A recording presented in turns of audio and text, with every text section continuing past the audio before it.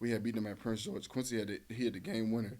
So like we going crazy. Oh yeah. So they couldn't wait to play us again, bro. I'm like, yeah. I'm like, yo, we hype, they hype. Bro, halftime, that shit wasn't even a game. Yeah. Bro. This shit was over in the first quarter. Like they came out making, I think it was like 20-0 at half, like the first quarter. I'm like, damn, these niggas making everything, bro. Man, I remember we went down to Prince George and it was a close one, and Brax hit like a half court game winner, but they called it off. Yeah, I remember that, bro. But bro, I think that's when Sterling had dunked on somebody. Yeah. And Braxton, they called it. I'm like, yo, they reviewed that. That was good. I'm glad there was no cameras back then. Like, he shot it from the other free throw. Yeah, like, cash. It was like cash. I'm like, yo, I was like, we got to run that back because he definitely, like, bro. Man, I was so happy we got out of that because I was like, you ain't going to hear that. You ain't going to let that down ever. Nah. Ever. Nah, bro. But shoot, let's go ahead. We've been talking. Let's go ahead and get right into it. Hey, welcome to the Just Action Podcast, where all we do is take action. And today we have a special segment where it's called The Great Journey, where we have real people and have real conversations with them. I'm the one and only Holliday Season. You're here for a reason. And today, as you've been hearing us talk about basketball, I got a good friend with me. We're going to talk about hoops and much more. My boy Nate, the great Nate. What's up with y'all, man? What's happening, brother? Can't call it, man. Can't call it. Hey, man. As the old people say, can't call it, might spoil it. I might spoil it, man. Hey, I've been saying that people don't never get it. They'll never get it. So I'm glad you with it. I can't call it, I might spoil it. Hey. What that mean? Hey, I can't tell you. I can't. I tell you, I'm gonna spoil it. You know, I can't. Man, how's life with you, bro? How's everything? It's good. It's been a little shaky. As you know, personally, I've had 2023. So in July, it will be 5 years since I've had a heart attack. I had my heart attack, and then it'll also be 3 years since I had open heart surgery. And I just came up on 2 years from a car accident as well. So yeah, bro. It's like, bro, I tell people all the time I've experienced near death 3 times in my life, and all before the age of 25. So. Blessed to be here, bro. I'm glad you're here, bro. Big blessing, bro. Yeah. And what we jump right into, we'll get back to hoops because that's just natural. But silence the critics, bro. I want to dive into that and kind of just explore what you're doing with that, what it is, what's the big plan behind it, because I think it's a dope mission that you have, and especially like the process of where you're trying to expand it to. I think it's gonna be super dope. So tell the people a little bit about Silence the Critics. Oh, so Silence the Critics is a digital platform that gives a voice to everybody, like whether you're an entrepreneur, athletes, for your craft, for your desired craft. My motto or the mantra is let your actions speak louder than their words, and that's something you've heard all the time growing up as a kid. Like, oh, let your actions speak louder than their words. You hear it in every field, and initially, I was going to cater it to athletes, because in the athletic world is, as you know, it's very hard you got critics everywhere. But then somebody told me you should broaden your horizon. And I was like, you know what? Because it applies to every level of whether you're a doctor, it doesn't matter. So I was like, you know what? I'm gonna expand it. Entrepreneurs, whoever, music artists, let's do it. So let your actions speak louder than their words is really, for me, I was like, yeah, I like that. And then I came up with it during COVID.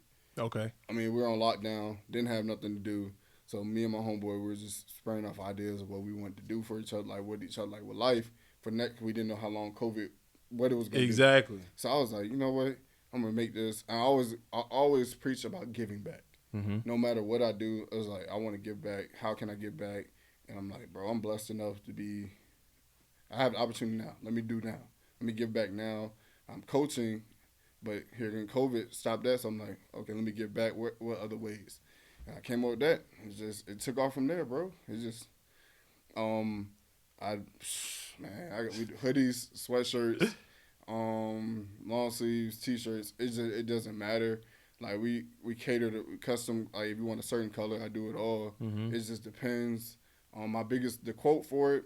Another quote we have is "Be you, don't be anyone but yourself." And like I had somebody ask me, what does that mean? Be authentic.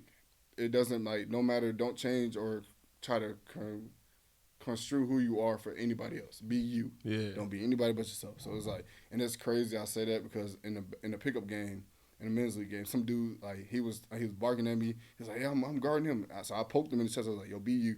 And I was like, Yeah, I was like, that's yeah, how you know it's sticking. Yeah, I was like, yeah, I gotta stick. Bro. That's the one. So with this digital platform, and I know you said like you're doing merch, but what does that digital platform for the entrepreneurs, for the athletes, for the lawyers, the doctors, what does that kind of entail? That service base that you're doing for that. So what I've done recently, I did like photo shoots with like a couple of my players and athletes, but I've started doing interviews as well, Mm-hmm. like little questionnaires, like spotlights, Yep. which kind of asks them who they are, their favorite movie and stuff, but what got them into their craft. Yeah. So for you, I would ask, what made you, what got you, what inspired you, not what made you, what inspired you, or who inspired you to be a podcaster, or hearing your desired, your goal, like your Yeah. dream. Who pushed you to do that dream? Right. What pushed you? And I've had a young photographer, Jackson Barrett. He's a freshman at Prince George, and I asked him. He pretty much gave me the rundown of what inspired him to do everything. I'm like, okay, so just typing it up, and I did one. I'm doing more and more. So it's like I feel doing that, it helps it helps me with the brand get out, but Yep. it helps people get to know them deeper than just somebody who's playing on a basketball court, somebody on a football field, or a lawyer. You get to know that person. Yeah. I like the thought process with it because in this space, right, a podcast, blog, interview, those things like that, you wonder how do you get exposure, and the best way to do it, and the way I'm figuring it out now is like, this interview thon that I'm doing, where I'm trying to, whoever wants to interview, whoever wants to talk, let's get up and let's do it, right? That's where I'm finding the expansion, because now it's like, of course I went to go talk to like celebrities, quote unquote, right? Where that's cool and that's dope, and people are like, oh, you get in the room with them, that's cool, that's dope. But like getting in the room with the common people, where we're like all chasing the dream, we're all down here, we're not there yet, but we're all aspiring to get there, right? That's where the expansion comes, because now somebody sees this and they like, oh, I know Nate, I know what he's doing. Oh snap, he on a podcast. Whether the podcast is big or not, having a camera is gonna make it look like it's big, right? Exactly. But getting the story out there is going to be huge, not only for, and I'm saying this for both of us, not only for your platform, but for the person that you're giving the exposure to. That's where I'll kind of like, I want to get them out there more. I care about me, but like I said, I love helping people. Yeah. No matter what it is, bro. Like my therapist has told me not even knowing I'm empathetic. So I love helping people. So it's like, bro, if I can help you raise your platform, whether you're in college, high school, it doesn't matter. And really, the high school kids are mainly like, because they don't know. Yeah. Like, if I can help you build your name, build your brand, bro, just stack those chips, and now we're going here. Exactly. Like I said, the kid from Jackson, man, from June of last year to now, the kid has over 4,300 followers on Instagram. And it's like, yeah, he's really state playoffs. He took pictures for Dinwiddie State playoffs, championship, and then more. He's took pictures for ESTG. So VCU. So his clientele is going up. Right. And I'm just like, he's like, how do I stay? I'm like, bro, just be you. Just keep being you. Don't change for nobody else, bro. And like, I've given him advice. I've told him, like, he has Instagram. I was like, you need to make a TikTok now, because now TikTok, social media is going to be helpful for everything. Twitter and TikTok, as you know, Twitter, you can retweet something. That's it can get a out, photo yeah. can get a photo or video, and he does both. TikTok same way. So it's like, now Instagram is cool, but expand your social media. Yeah. So take us back a little bit before Silence the Critics. So, I know we was talking about hoop for a minute, whole bunch of hoop, and then I know, but they don't. You were coaching. So how'd you get into the coaching world? Man, I got into coaching accidentally. I say that accidentally. I say it with pride, but I accidentally got into coaching, and I say that because I started coaching when I was 21. And I was like, bro, like, what? Like, assistant coaching? No. I'm like, head coach. I had my own AU team, Foundation Academy Sports. My guy, David Anderson, big love for him, man. I started working there, and then I was, like, telling him about what I wanted to do in life. And he's like, okay. And then one day during work, he came up to me. He was like, you want to coach the AU team? I was like, huh? And I was like, he was like, yeah, like, head coach. I was like, yeah, sure. He was like, 5th grade. I was like, okay. So I'm not really knowing I was like, I know about coaching because my guy Brad Byerson. Shout out B. Yeah, shout out to Big B. I was helping him. Like I was coaching up under him as well. Like assistant coach with JV at Thomas Jail. By the way, we only lost 5 games. The 3 years we were there, we lost 5 games. Talk about it. And I'm like, yo, people, it's underrated. I'll get into that, but that's underrated. But I'm like, bro, 5th grade, I had a team full of 5th graders, bro.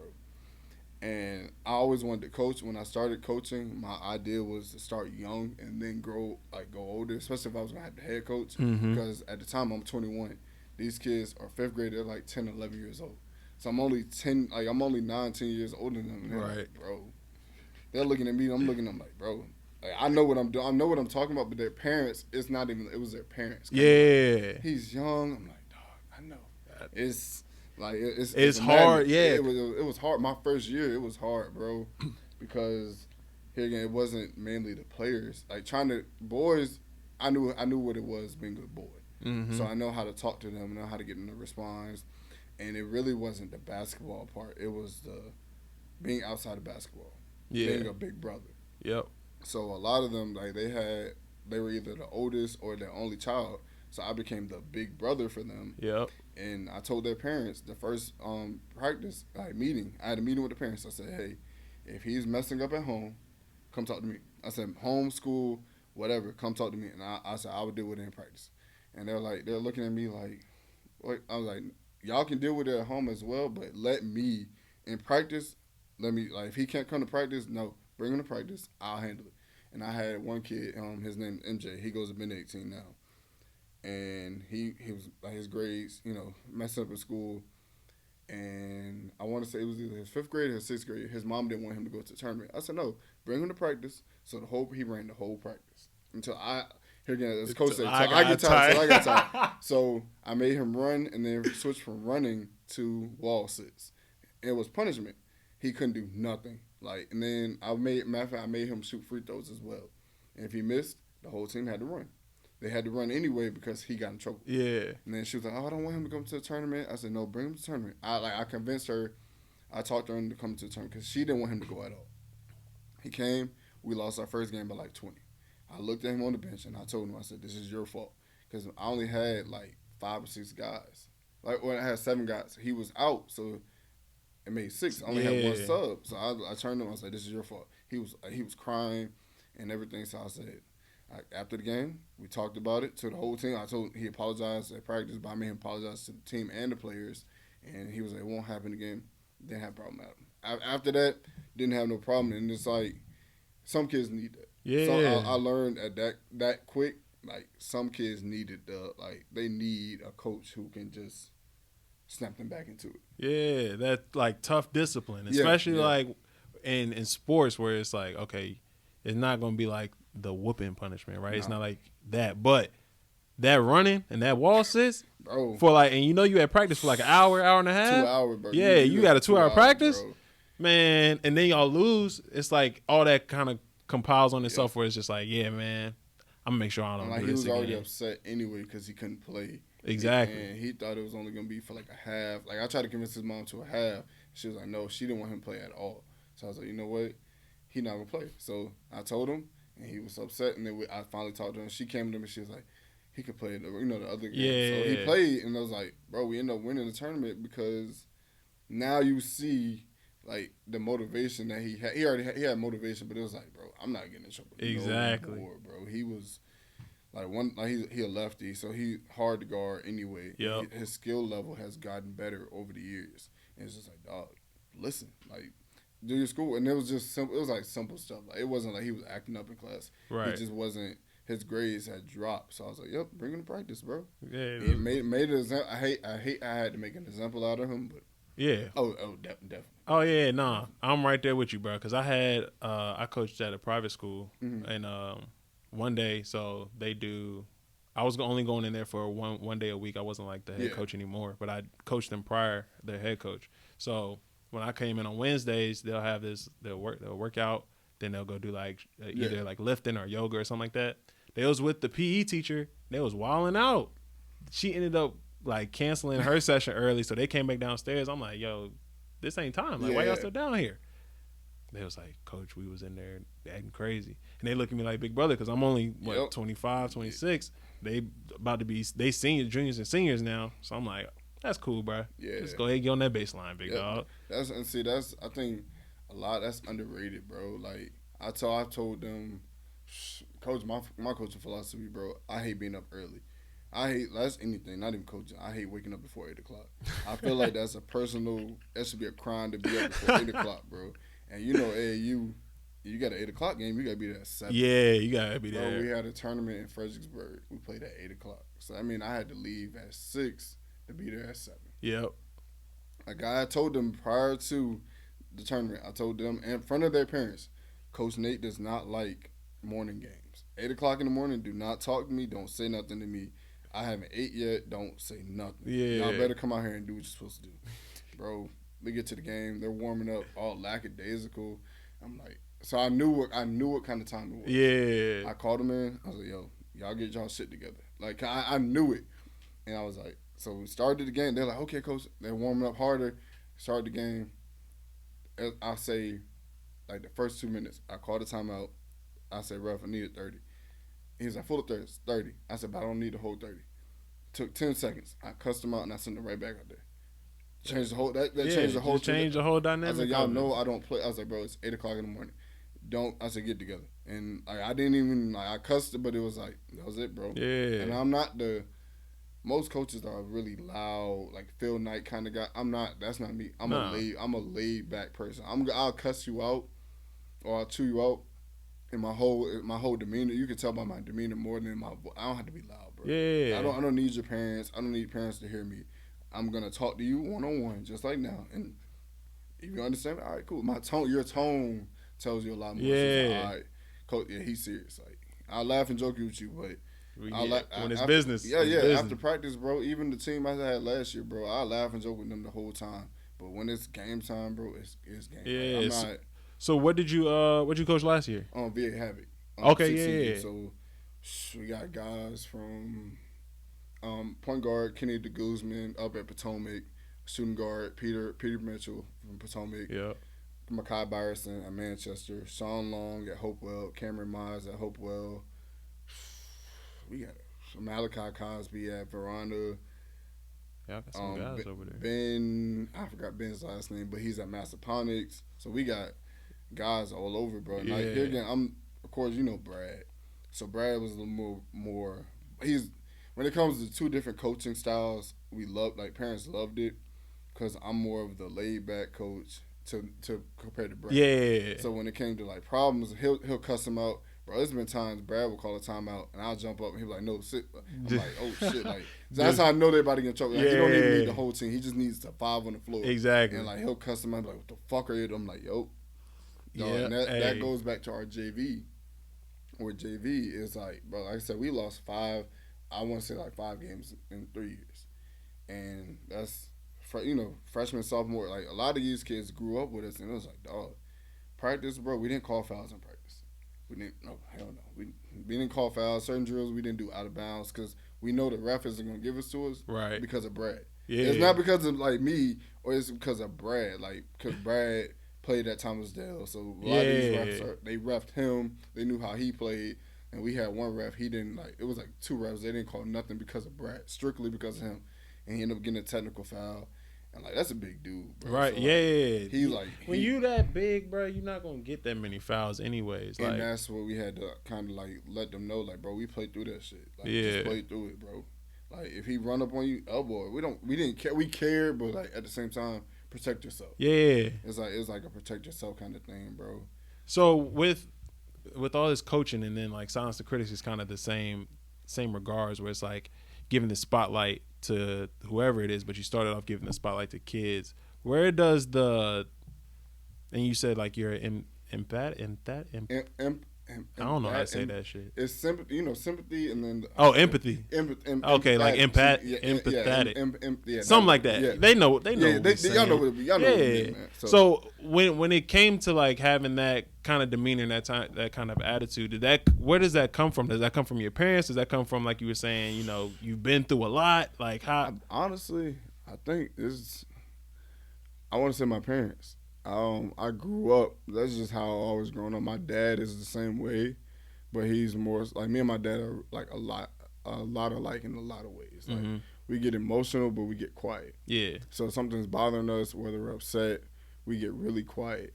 But it's like so you could tell when something's wrong because we get too quiet. Exactly. We're talking, we're in a good mood, but when something's wrong or like I said, when we're sad about it, it's like you're too quiet. What's wrong? So Exactly. I've grown. I got that from my dad. My mom same way in a way.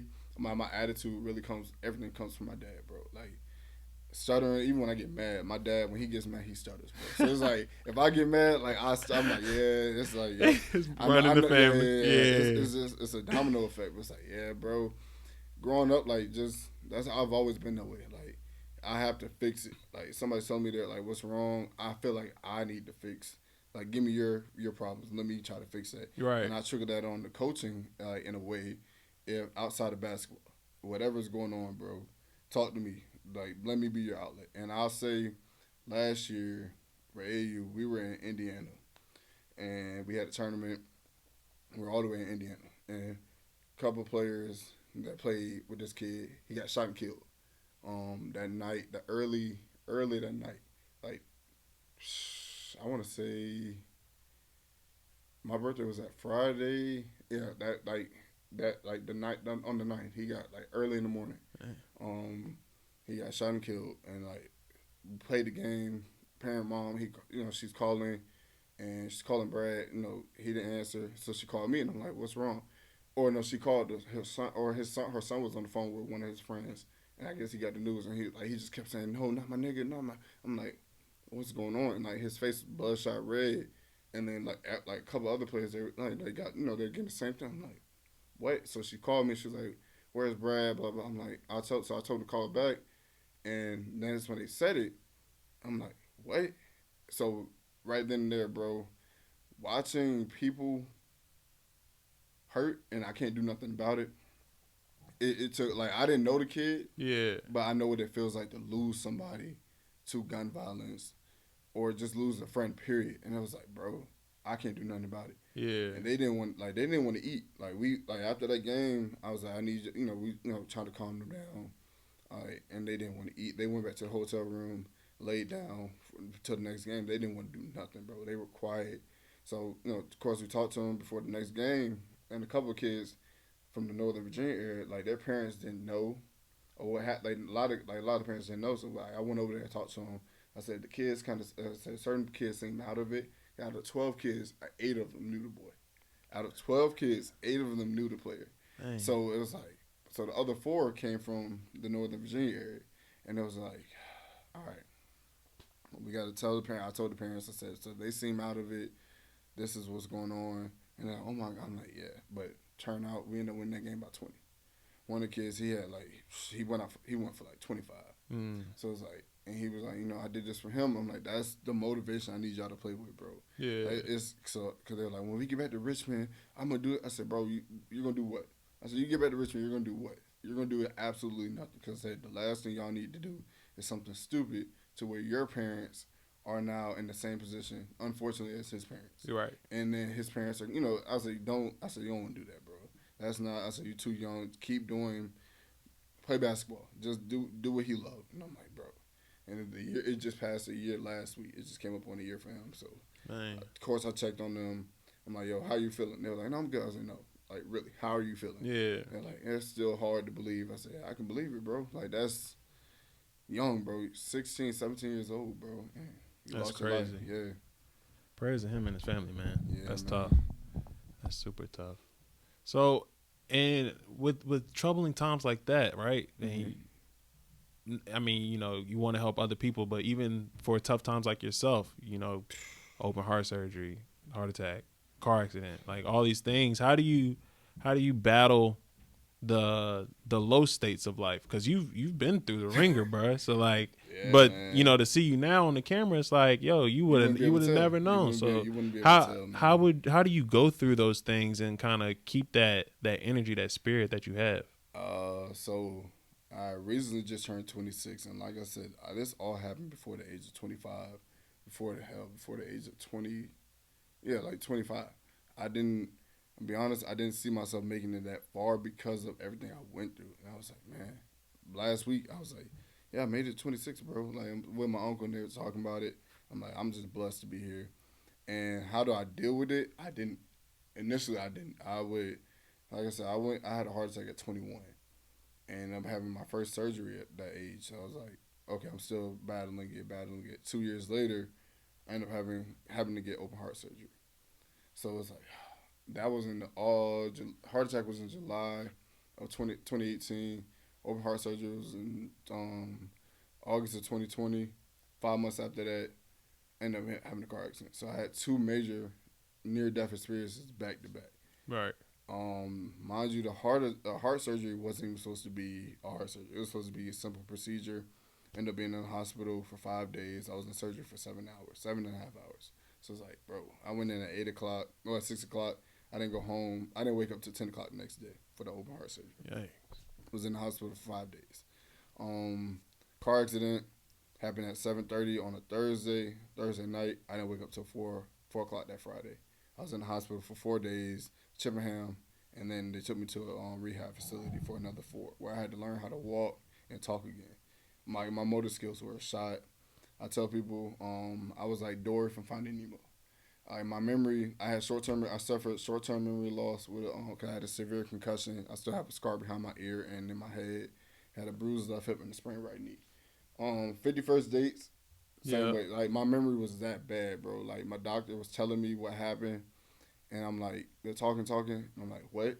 So they had to write on a note what happened to me because I couldn't remember, bro. And like I said, I was in a rehab facility for 4 days. Thankfully, I was only there for 4 days. I seen a guy. He was in there for I don't know how long, but he had a helmet on. And when he one day he took his helmet off, he wasn't supposed to have it off. He had a dent in his head. Oh. Like he had like yeah. So I was like, and that really it woke me up because I'm blessed to be better than like I'm getting out. He's been Yeah. I don't know how long he's been here, and it was head trauma. Clearly he had head trauma. So I'm like I don't know how long he's been here, and like I said, had to learn how to do everything again, bro. Like walking with like balance. My speech was very slurred, so I had speech therapy. I had therapy 3 times a day in the hospital. Got out the hospital, I had physical therapy and speech therapy, speech therapy twice a week, and then physical therapy once. So I still deal with the symptoms of my short term memory loss because of, the doctor said it can come and go. It can get better. My brain is healed, Yeah. but it's not. There's no time. Like they can't look at this just because you do an X ray. It doesn't say like, oh yeah, it doesn't happen. Yeah. I still have side effects from that. I still have car accident PTSD, which is very like car accident PTSD is like I said. That was 7:30 at night, bro. So I try not my best not to drive certain places at night or in the Yeah. rain at night because, like I said, I was at 7:30. I didn't wake up till 4 o'clock. I was like 15 minutes away from having to be medically induced into a coma, simply because I didn't get up. But how I deal with it, like I said, I didn't deal with it, bro. I didn't want to initially. My heart attack, I was like, okay, I'm dealing with that.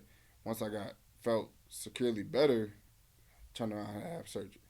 Once I felt better about that, car accident. So it's like, damn, it's like three things back to back. Right. And one day I'm sitting in the house with my mom, and really what broke me is not having a car. So I would go like wake up every morning. I can't like I wanted to go to the store. I had to wait on my mom. Like mom, can you take me to the store because I didn't have a car. Every time I went outside, it reminded me like I can see that I didn't have a vehicle. So one night I'm sitting there on the phone with my ex girlfriend at the time, with my girlfriend at the time, talking to her, and I just hung up and I was upset.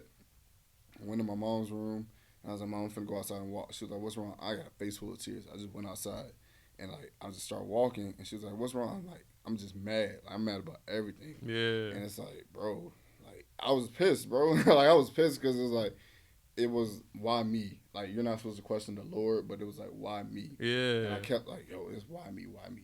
And in the midst of all that, I had lost my aunt to cancer, breast cancer in 2019. So it was like all I'm dealing with all this and like so it's like I'm not dealing with it. I'm not Right. really expressing how I feel.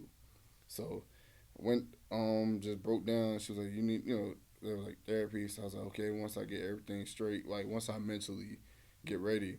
and there's no rush. And then I ended up going to therapy in that 2021. Like once all that, bro, I went to therapy. Best decision of my life. I was like, yeah, this is actually good. I was like, yeah, I Yeah, probably should have been did I it. could get with this.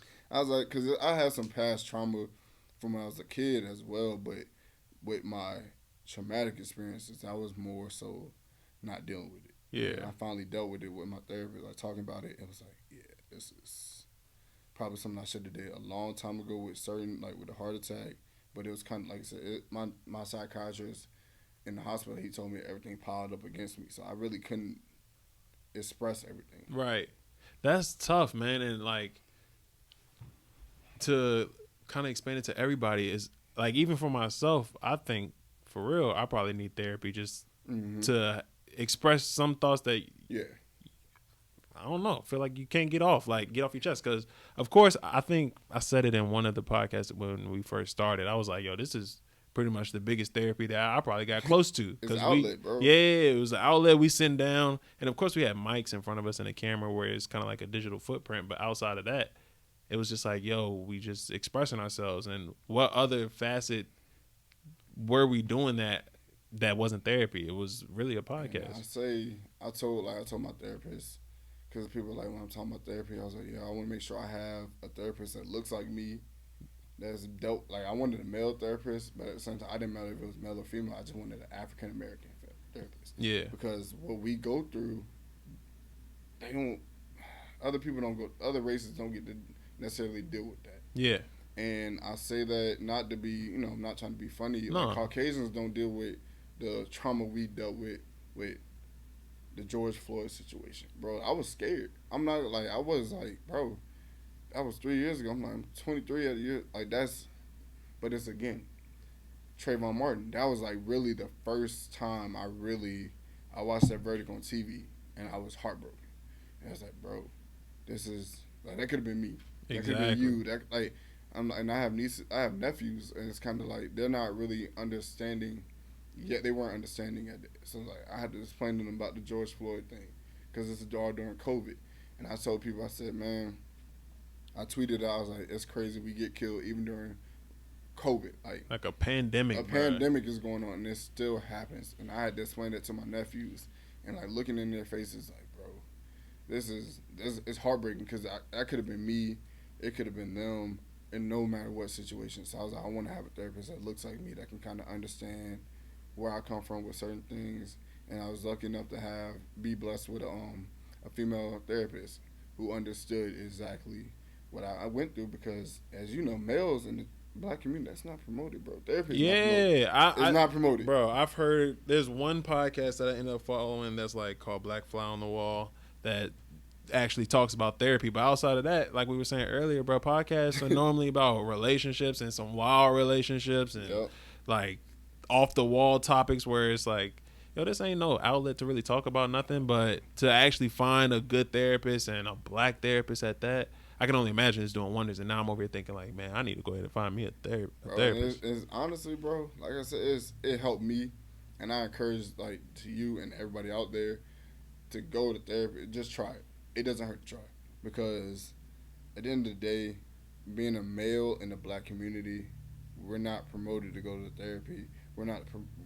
It's not okay to cry. Hell, you as a kid, you probably heard like stop crying like a little girl, or it's like, bro, or stop being soft, or it's like, bro, I'm human. At the end of the day, I'm human. So that's natural emotion to cry when something hurts your feelings or you're upset. But it's like in the community, we're not promoted to do that. Girls are treated higher at a higher standard, and I'm not knocking no females out there. Yeah, it's just that's how our community treats each other. We see it's like, bro, because the older generation, they weren't taught that. Exactly. So now we're trying to break the mold of what's happening. My dad, like, bro, he was like, he fell victim of it, or he does. That's why he doesn't express his feelings as much when he didn't. But now it's like, nah, dog, I'm gonna make you talk, like, bro.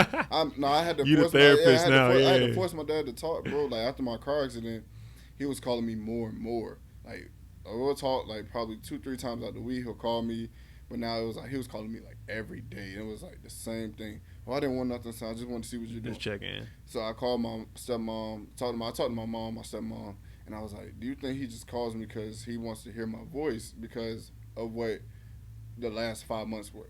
And they were like, no, nah. I was like, yeah, I think so. He just doesn't say, I don't know what your dad, he doesn't say anything. So I was like, I'm going to ask him. So I asked him, and he was like, yeah, that was exactly why, because he didn't know when he was going to hear my voice again. Yeah. Car accident really changed everything, like for everybody, bro. It was Yeah, I was about to say, man, it don't just it don't just affect you, nah, right? You got the bro. whole family that's now worried about it. You got friends that are probably like, yo, like checking in, just want to make sure, Like, because no, like hearing the story of what happened, like my accident, my mom telling me how she found out, my dad telling me how, like I forced him to tell me.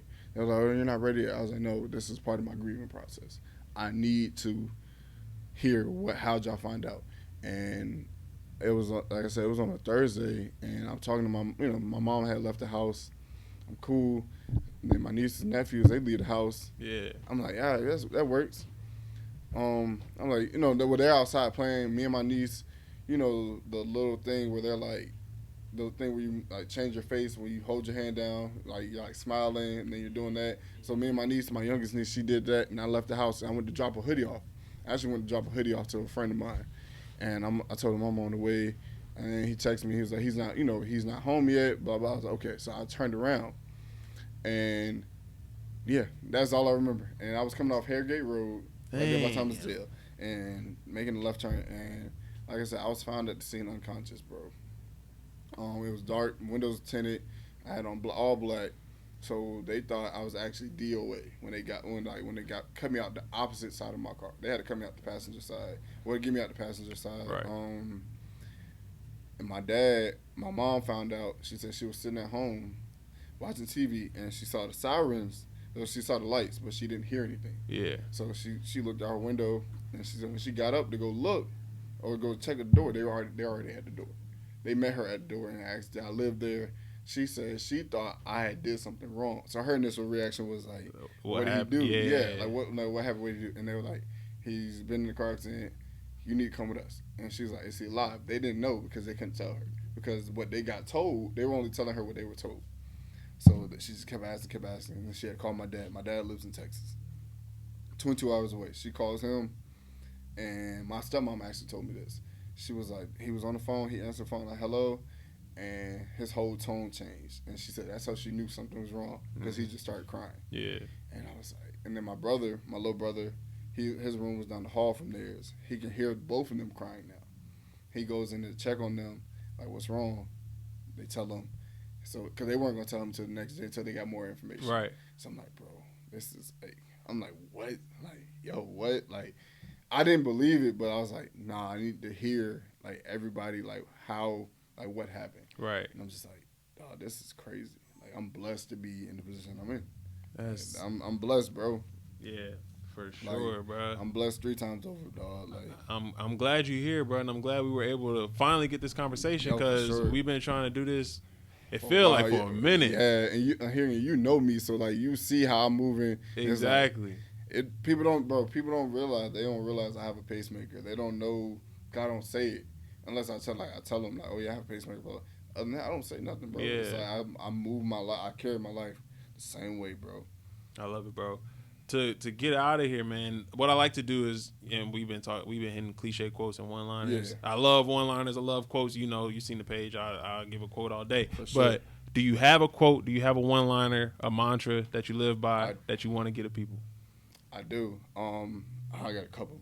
You can drop all of them for real. I got a couple. Hold on. And also, because I tweeted out on my the Twitter page, Silence the Critics Twitter page. Like I said, be you. Don't be anybody but yourself. Another one of my favorites, bro, is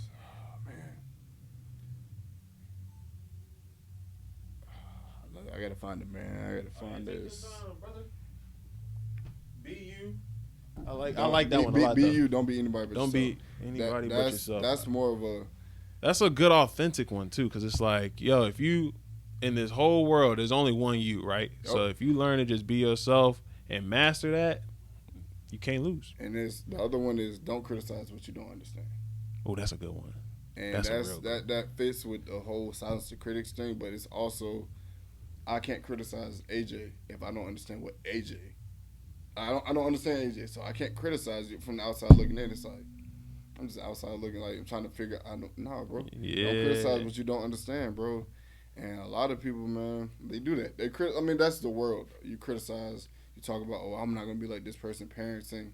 And I think that's like the main. It's like a lot of parents or a lot of people who aren't parents criticize other parents. So if I had kids, I wouldn't do my kid. Nah, bro. Yeah. You never know. I don't have kids. Exactly. I have nieces and nephews, but I don't have kids. I can't say what I wouldn't do with my child. That's a big one, though. I think that's a really big one. We're gonna leave it off that. Nate, I appreciate you, brother. Appreciate it, man. Hey, silence the critics. We're gonna put all socials. We're gonna try and slap all that on there.